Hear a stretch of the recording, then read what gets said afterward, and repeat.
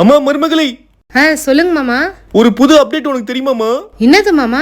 என்னோட favourite serial Metti Oli திரும்ப retelecast பண்ண போறாங்களாமா. எனக்கு செம ஜாலியா இருக்குமா. அப்படியா? யார் மாமா சொன்னது? யூடியூப்ல தான் சொன்னாங்க. யூடியூபா? அதுல கதை கட்டி கூட விடுவாங்க மாமா, நம்பாதீங்க. ஓ, சும்மா கூட சொல்லுவாங்களாமா? கண்டென்ட்டுக்காக சொல்லுவாங்க. ஐயோ, நான் தான் ஏமாந்துட்டேன் போலமா. சரிம்மா, நம்ம கதைக்கு வருவோமா. இன்னைக்கு என்னமா ஸ்பெஷல்? தால் மக்னி. குடுமா அத.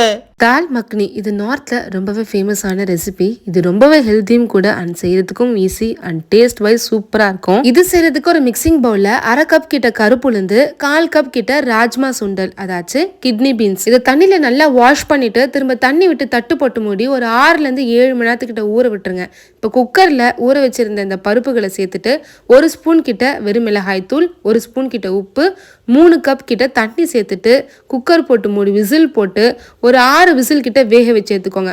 வெந்ததும் இது போல கரண்டில நல்லா இது போல பருப்புகளை மசிச்சு எடுத்துக்கலாம். இப்ப கடாயில 1 டேபிள் ஸ்பூன் கிட்ட பட்டர் சேர்த்துக்கோங்க. கூடவே 2 ஸ்பூன் கிட்ட எண்ணெய், பிரிஞ்சி இலை, கசூரி மேத்தி, 1 ஸ்பூன் கிட்ட வெறும் மிளகாய் தூள், 1 டேபிள் ஸ்பூன் கிட்ட இஞ்சி பூண்டு விழுது, இதெல்லாம் சேர்த்துட்டு கலந்துக்கோங்க. இஞ்சி பூண்டோட பச்சை வாசனை போனதும் 3 தக்காளியை தண்ணியில நல்லா வேக வச்சு தோல் நீக்கி மிக்சி ஜார்ல அரைச்சி இதோட சேர்த்திருக்கேன். இது ஒரு கொதி வந்ததும் நம்ம வேக வச்சிருந்த பருப்பு, 2 கப் கிட்ட தண்ணி, கொஞ்சமா மஞ்சத்தூள், இதுக்கு தேவையான அளவுக்கு உப்பு சேர்த்துட்டு கலந்து விட்டுட்டு தட்டு போட்டு மூடி ஒரு 5 நிமிஷம் கொதிக்க விடுங்க.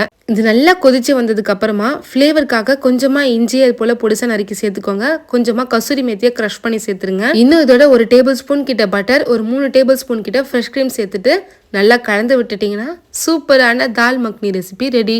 இது சப்பாத்தி ரைஸோடலாம் சூப்பரா இருக்கும். ட்ரை பண்ணி பாருங்க.